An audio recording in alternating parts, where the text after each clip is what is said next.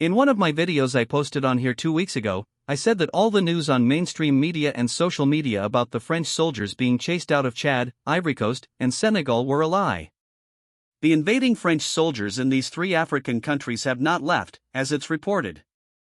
It was a well-thought strategy or trick the lackey presidents in these 3 countries and their white masters came up with in order to fool Africans and people in the rest of the world in believing that France respects the sovereignty of Chad, Ivory Coast, and Senegal by pulling out its soldiers.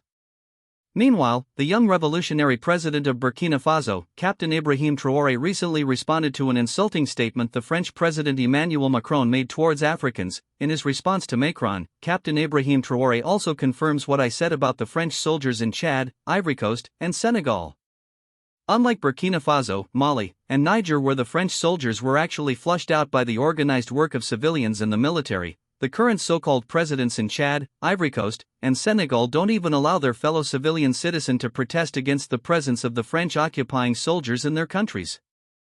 I'm reminding you that last year, when people of Chad organized a protest against these occupying French soldiers in their country, they were met by bullets and savagery that killed more 300 civilians.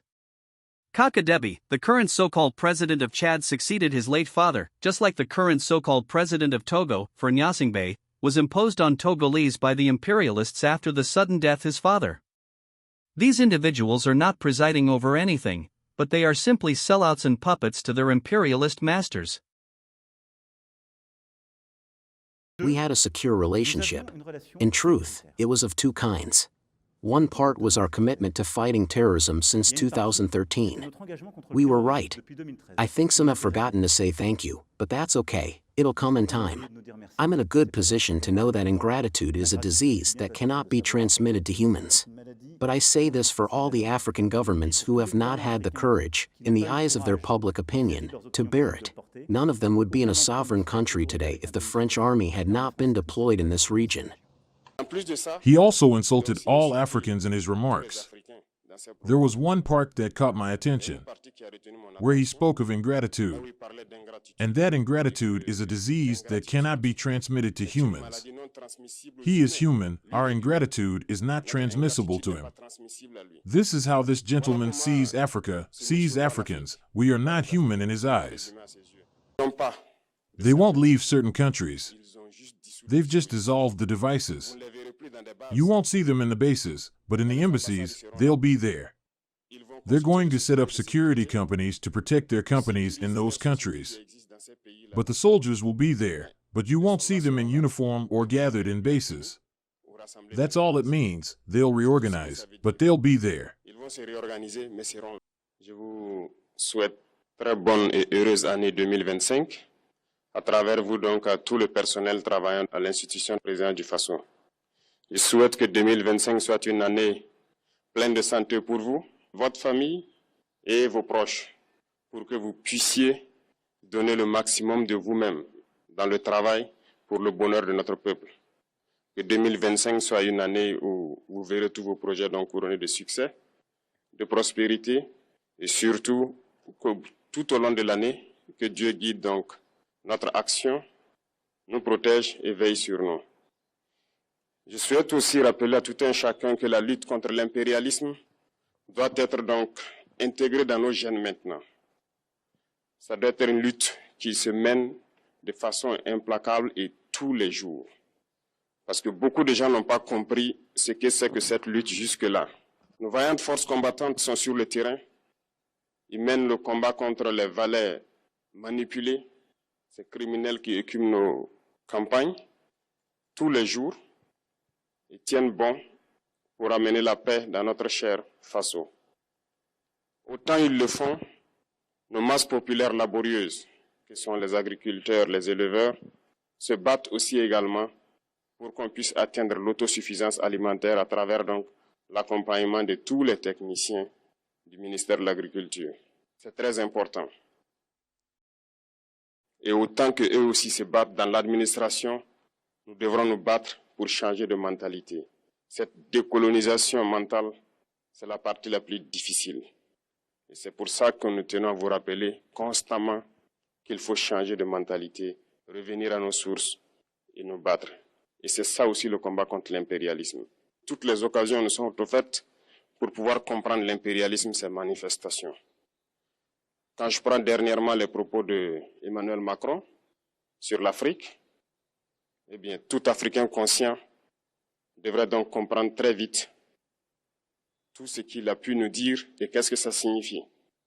Le général Tchiani a dit il n'y a pas longtemps du changement donc de tactique ou de stratégie des forces françaises en Afrique. Et je pense qu'il est venu le confirmer. Il s'agit de dissoudre et de garder un dispositif socle.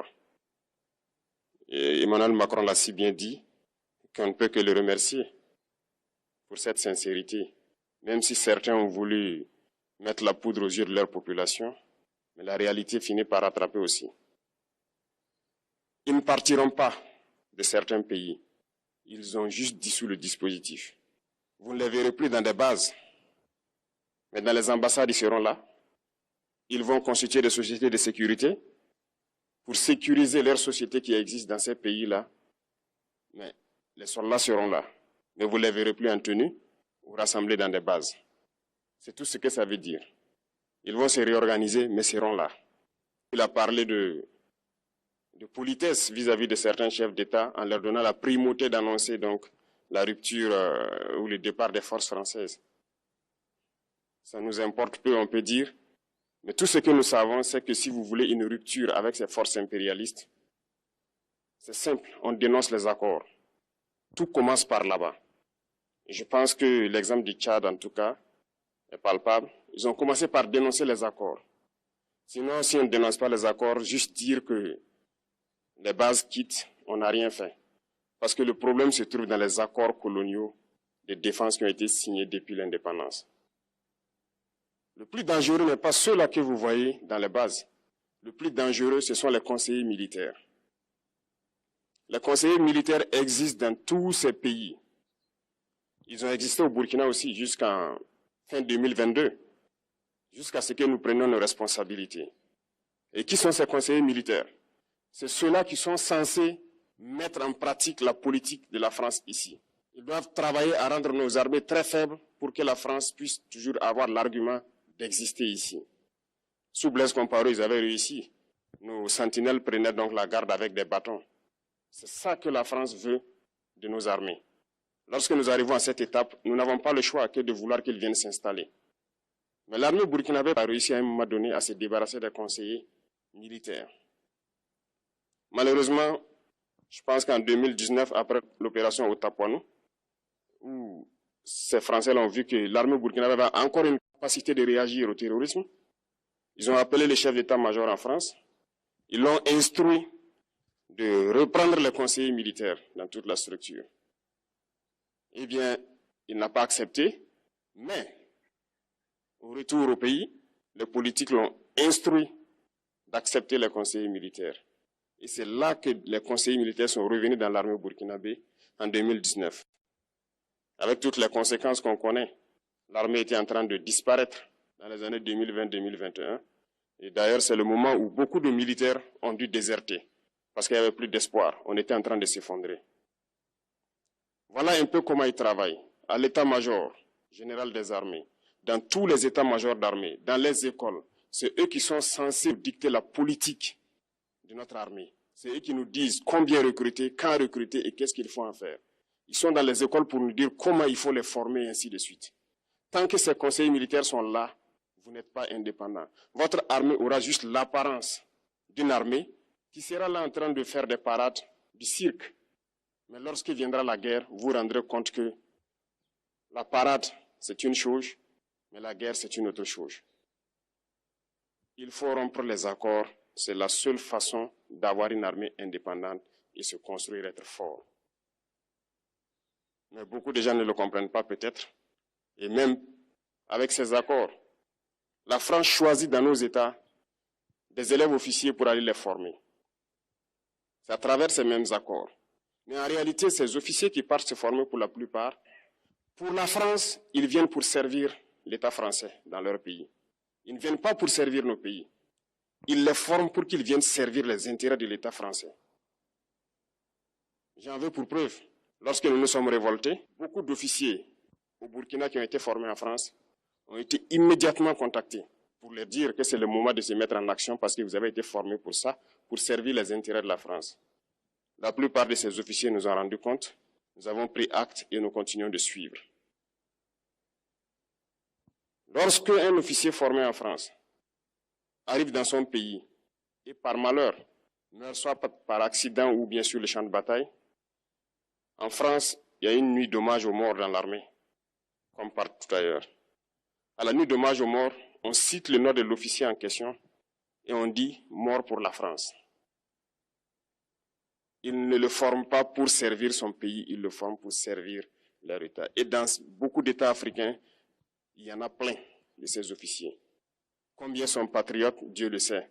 C'est une leçon que Emmanuel Macron a donnée encore aux chefs d'État africains, de se rattraper et de pouvoir vraiment mener cette lutte contre l'impérialisme. Mais en plus de ça, il a aussi insulté tous les Africains dans ses propos. Il y a une partie qui a retenu mon attention, là où il parlait d'ingratitude. Et que l'ingratitude est une maladie non transmissible aux humains. Lui, il est humain, notre ingratitude n'est pas transmissible à lui. Voilà comment ce monsieur voit l'Afrique, voit les Africains. Nous ne sommes pas des humains à ses yeux. Peut-être que c'est lui qui n'est pas humain, il ne se met pas dans la classe des humains. Mais s'il y a bien un ingrat, c'est bien lui. Je pense que s'il n'est pas athée et qu'il prie, à chaque matin qu'il se réveille et qu'il prie, il devrait aussi prier les Africains. Parce que c'est grâce à nos ancêtres qu'il existe aujourd'hui une France. Il devra nous prier. À ses yeux, nous ne devons pas être des humains, nous sommes plus que des humains. Ce sont des messages très forts qu'il passe. Moi, je pleure le peuple français. Mais quand même, il est bien pour l'Afrique. Il est un mal nécessaire pour nous. Ceux qui veulent se réveiller, se réveillent. Ceux qui ne veulent pas se réveiller, comme on le dit, on ne peut pas réveiller quelqu'un qui ne dort pas. Les Africains doivent se réveiller. Nous devons travailler à être indépendants, à faire au moins ce que nos peuples connaissent le bonheur. Et la lutte contre l'impérialisme, c'est ça.